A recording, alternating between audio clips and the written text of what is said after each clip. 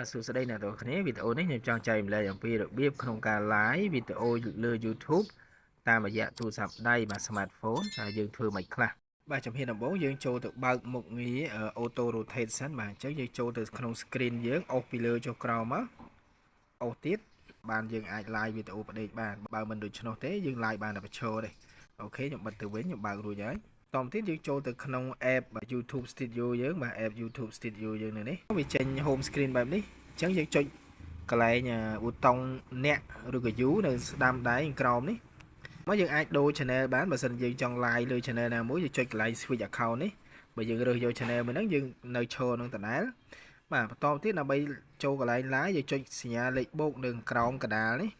បាទចូលដល់ចំណុចនេះមាន option ចំនួន4បាទមានវីដេអូ short live ហើយនិង post អញ្ចឹងយើងរើសយកកន្លែង live នេះមកចំណុចសំខាន់នៅលើនេះគឺមានកន្លែងនេះ share link ទៅបណ្ដាញសង្គមផ្សេងឲ្យ audience យើងបានឃើញ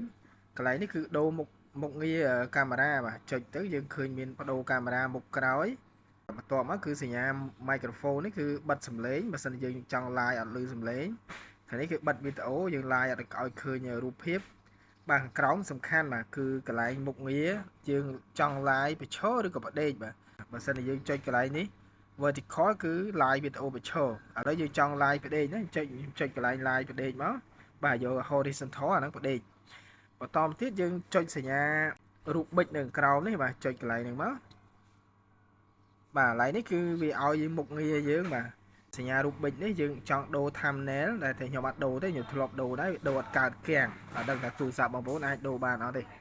អញ្ចឹងខ្ញុំទុកដូរក្រោយពេល live ចប់ណាបាទក្រោមគឺជាកន្លែងសរសេរចំណងជើងបាន100តួអក្សរយើងចង់សរសេរឲ្យហើយក៏បាន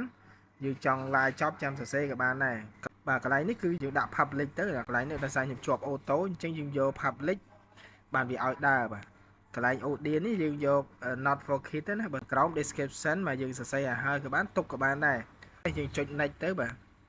បន្ទាប់ពីចុច next ហើយវាបញ្ជាក់យើងអញ្ចឹងយើងយក not for kids ដដែលតមកយើងចុចកន្លែង go live មកវានឹង live ហើយយើងដូរដាក់កាមេរ៉ាយើងលើជើងតម្រូផ្ដេកមកវានឹងទៅត្រឡប់ទៅផ្ដេកឲ្យយើងឧទាហរណ៍ណាខ្ញុំចុចកន្លែង go live ឲ្យបងប្អូនមើលបាទបន្ទាប់ពីចុចហើយបន្តិចទៀតវាដើរបាទរាប់3 2 1ថយក្រោយនៅពេលដែលយើងចង់បញ្ចប់ការ live របស់យើងចុចសញ្ញាខ្វែងនៅខាងលើឆ្វេងដៃនេះមកបាទបន្ទាប់មកយើងចុច OK បន្ទាប់មកយើងចុចពាក្យថា done ហើយរួចរាល់ហើយអញ្ចឹងវីដេអូនឹងចូល process ក្នុង channel របស់យើងបើយើងចង់កែអ្វីផ្សេងក្រោយការ live នេះអាចចុចសញ្ញា 3 នៅស្ដាំដៃនៃវីដេអូនេះមកឲ្យចូល edit ទៅ